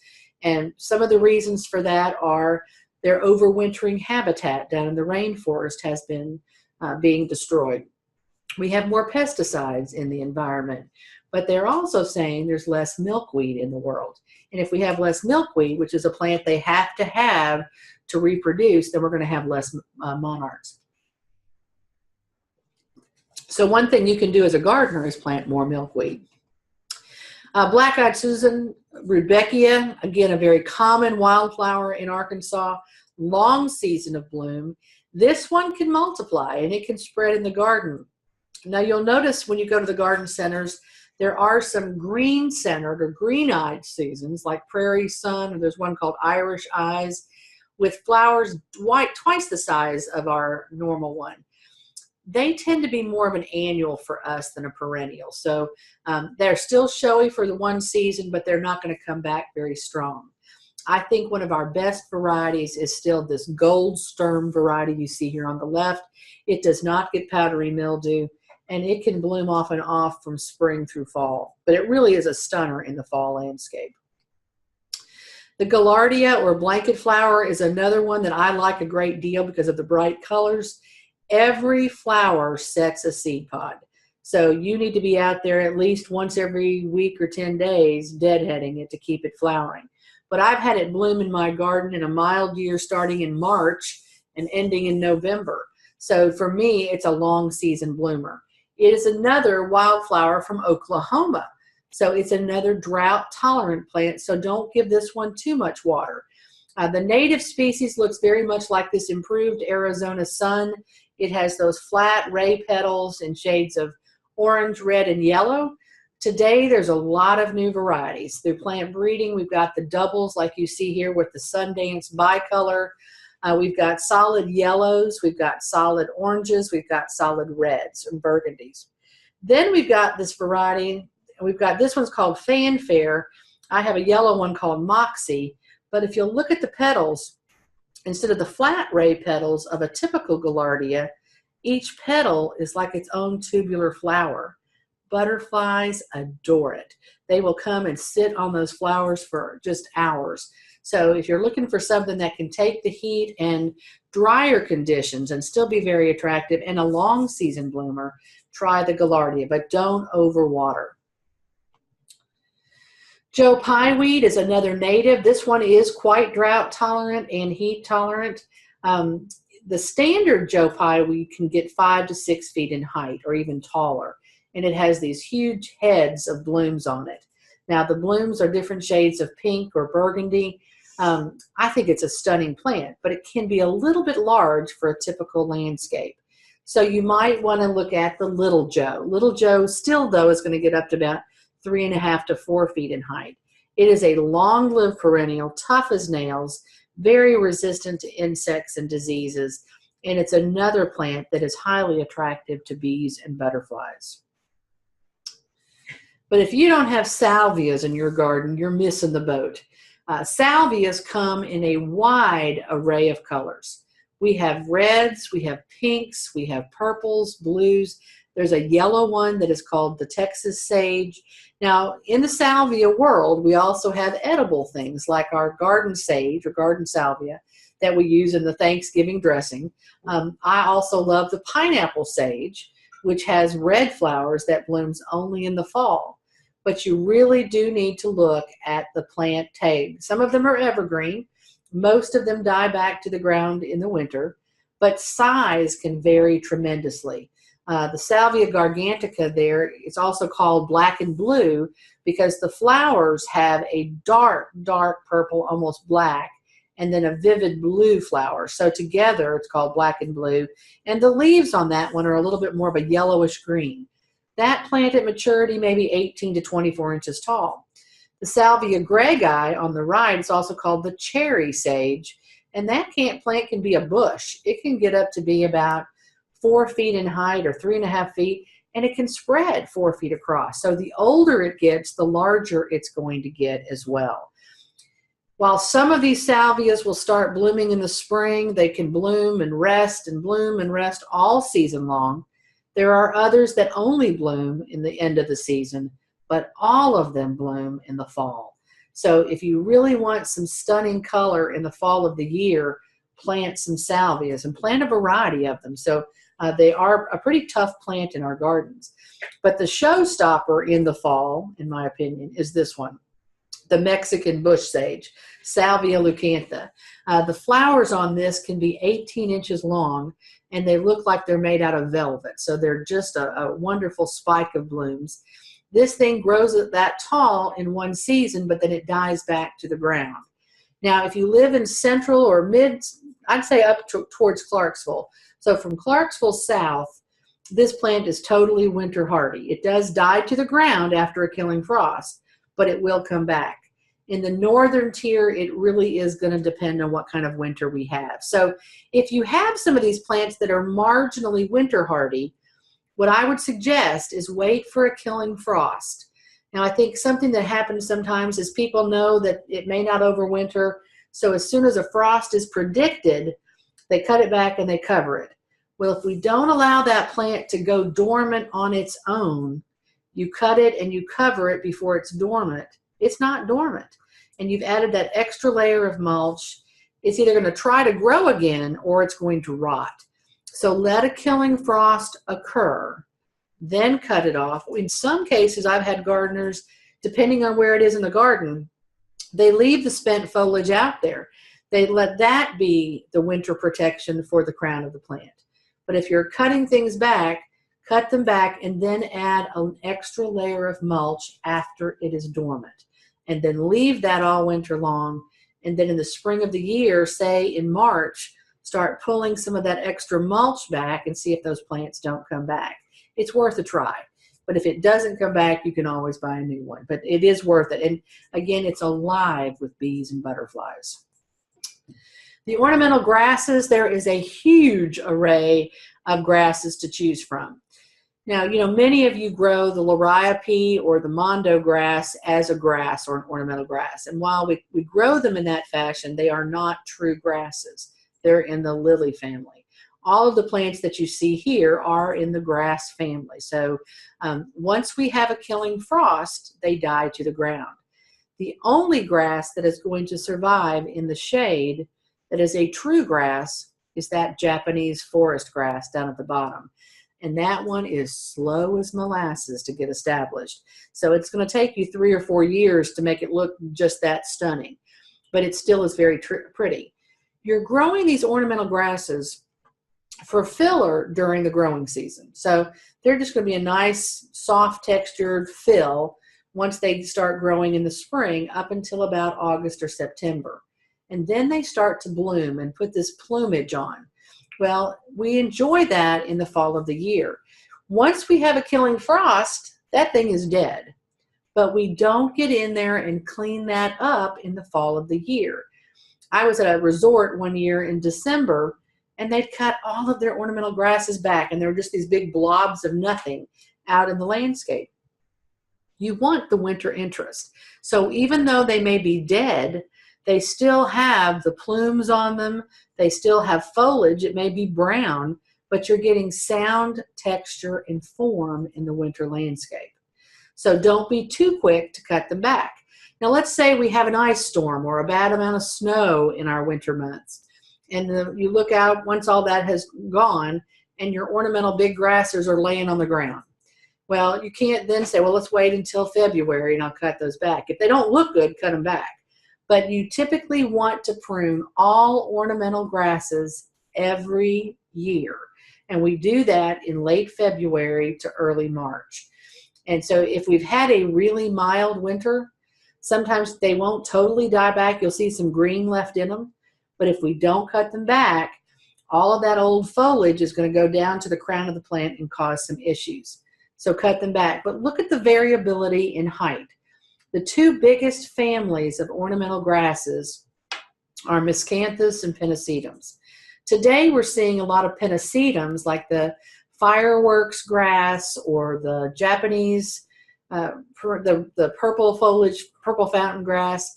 Those are annuals. They will not overwinter. They look beautiful all summer up into fall, and they can be beautiful in the winter, but we're going to have to replant them then in the spring of the year.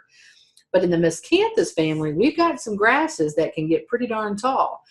You can see that grass back there. It's like a zebra grass. That can get 6 to 8 feet tall at maturity and 8 to 10 feet across.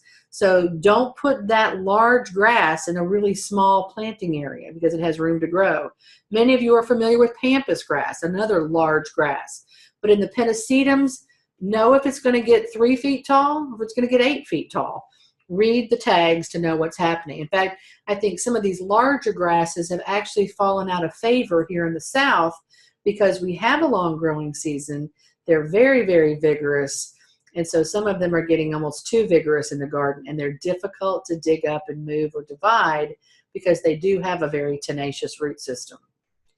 This is what they look like in the winter. And this one is a much better behaved grass. This is feather reed grass, and it's got that more upright growth habits. So it does fine in a container for that vertical height if you're looking for it. That picture on the right, they're actually growing it as a living fence between a walkway and a bed that they're trying to screen. So we would want to leave that out there year round, but we have to cut it back once a year to freshen it up. So that would happen in late winter to early spring. And I think probably the most common or popular grass right now is purple muley grass. And that one is a more open center. It's not huge, but the plumes on it are just so feathery and light, and they're a beautiful shade of a pinkish purple. We've also seen a white flowering form, and it was pure white.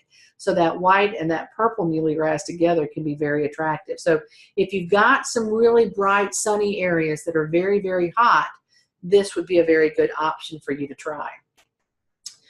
So when you're thinking about your landscape, I'm always saying that life is too short to live with bad plants. If we have some holes in the garden, or plants start dying out, or things don't do well, you don't have to replant with the exact same thing that you had in the garden. Think about the season that you need help with. And if you look at this garden, it is ringed with evergreen plants. Interspersed throughout that garden, we have a few evergreens, but we have a lot of deciduous shrubs and or perennials. And you can see there's just as much green in that garden as there is color. So we can have a garden that in the spring of the year is pink and purple. In the summer, it might be red and orange. And in the fall, it might be yellow. You can change the color scheme of your garden by timing what's in bloom in different seasons. So I, again, think a good garden is a combination of evergreen and deciduous shrubs, but it's also got annuals and perennials and bulbs, and a more informal border like this. If a plant dies, you never notice it. But think about the style of the garden you want. Experiment with new things. I often say, you need to try. I love fuchsias. I love fuchsias. I think they're one of the most beautiful flowers there is. Well, fuchsias really don't love Arkansas.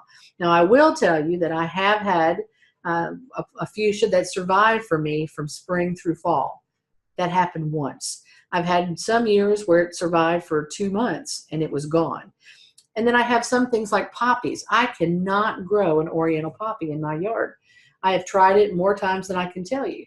So sometimes it might be a bad plant. Sometimes it might be a bad year. But sometimes it might not be the plant for you.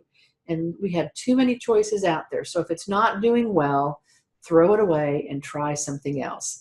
Because life is too short to live with bad plants.